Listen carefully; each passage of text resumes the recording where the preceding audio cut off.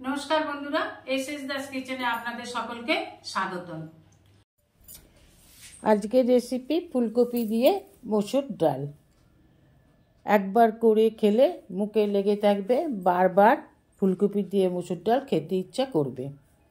निये निয়েছি একটা বড় ফুলকপি, ভালো করে কেটে ধুয়ে নিয়েছি। ওভেনে কড়া বসিয়ে একটু লবণ দিয়ে জলটা ফুটে উঠলে কপিগুলো দিয়ে ভাপিয়ে নামিয়ে নেব। ফোটাবো না, ভাপিয়ে নেব, তাতে পোকা থাকলে বেরিয়ে আসবে। ওভেনে কড়া বসিয়ে দিয়ে দেব সাদা তেল। তেল গরম হয়ে গেলে ভাপিয়ে রাখা কপিগুলোকে দিয়ে দেব।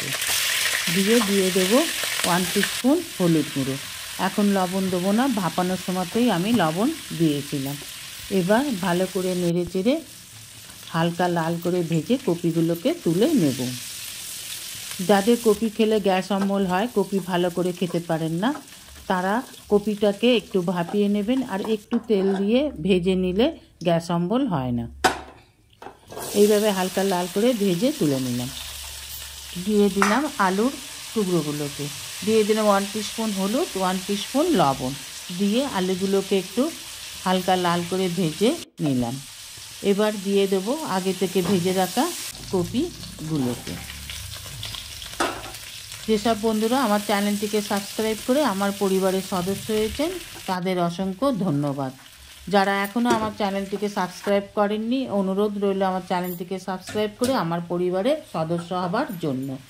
দিয়ে দিলাম কড়াইশুঁটি আর টমেটো, আর দিয়ে দিলাম আগে থেকে ধুয়ে ভিজিয়ে রাখা ডাল। ভিজিয়ে রেখেছিলাম, জলটা ঝরিয়ে এখন দিয়ে দিলাম। এখন একটু ফুলকপি আলুর সাথে কষে নিলে ডালে আর ফেনা বেশি হবে না। এইভাবে কষে নিলে ফেনা কম হয়। দিয়ে দিলাম হলুদ গুঁড়ো, লাল লঙ্কার গুঁড়ো, জিরে আর ধনে গুঁড়ো। এবার সব উপকরণগুলোকে খুব ভালোভাবে কষে নেব। দিয়ে দিলাম পরিমাণ মতন জল।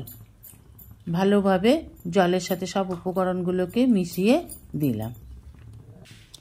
দিয়ে দেবো পরিমাণ মতন লবণ। লবণ এখন একটু কম দেবো, কেন আগে ফুলকপি আর আলুতে লবণ দিয়েই ভেজেছিলাম।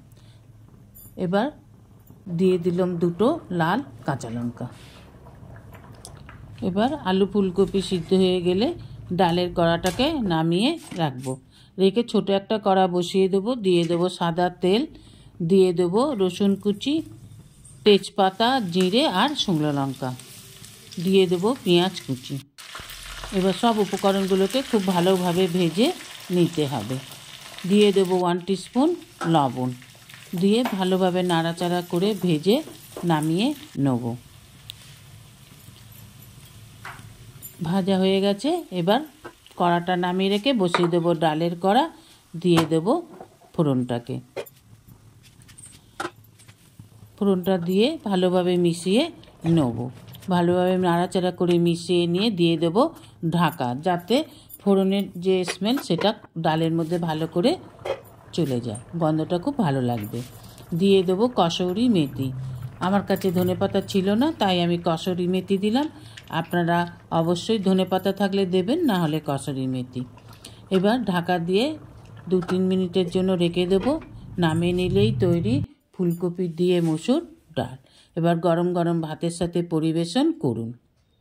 Thanks for watching my channel SS Das kitchen. ভিডিওটি আশা করি আপনাদের ভালো লেগেছে। ভিডিওটি ভালো লাগলে অবশ্যই একটা লাইক, কমেন্ট, সাবস্ক্রাইব করার অনুরোধ রইল। পাশে থাকা বেল আইকনটিতে ক্লিক করে দেবেন নিউ ভিডিওর আপডেট পাওয়ার জন্য। সবাই ভালো থাকবেন।